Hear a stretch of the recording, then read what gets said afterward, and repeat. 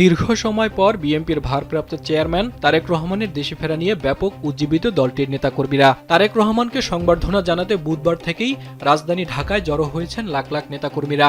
এদিকে বৃহস্পতিবার সকাল থেকেই হযরত শাহজালাল আন্তর্জাতিক বিমানবন্দর সহ রাজধানীর ৩০০ ফিট সড়কে অবস্থান নিয়েছে হাজার হাজার নেতাকর্মীরা। তাদের স্লোগানে পুরো এলাকা প্রকম্পিত হয়ে উঠেছে। কুড়িল সড়ক থেকে শুরু করে জুলাই ৩৬ এক্সপ্রেসওয়ের গণসংবর্ধনা মঞ্চের পরবর্তী অংশ পর্যন্ত রাস্তার দুই পাশে তারেক রহমানকে বাংলাদেশে স্বাগত জানিয়ে লাগানো হয়েছে বিভিন্ন রঙের ব্যানার ফেস্টুন। সোনামণিকে নিয়ে আমি থাকি চিন্তামুক্ত, কারণ আমি ব্যবহার করি এসএমসি স্মাইল বেবি ডায়পার। এছাড়া কুড়িল মোড় থেকে বেশ খানিকটা দূরে সড়কের উত্তর অংশে দক্ষিণমুখী করে বাঁশ ও কাঠ দিয়ে তৈরি করা হয়েছে ৪৮ ফুট দৈর্ঘ্য ও ৩৬ ফুট প্রস্থের মঞ্চ। এদিকে গণসংবর্ধনা স্থল ঘিরে ব্যাপক নিরাপত্তা জোরদার করা হয়েছে। সেখানে কাজ করছেন পুলিশ, র্যাব, বিজিবি সহ বিভিন্ন বাহিনীর সদস্যরা। মঞ্চের দুই পাশে আইনশৃঙ্খলা রক্ষাকারী বাহিনীর তাঁবু স্থাপন করা হয়েছে।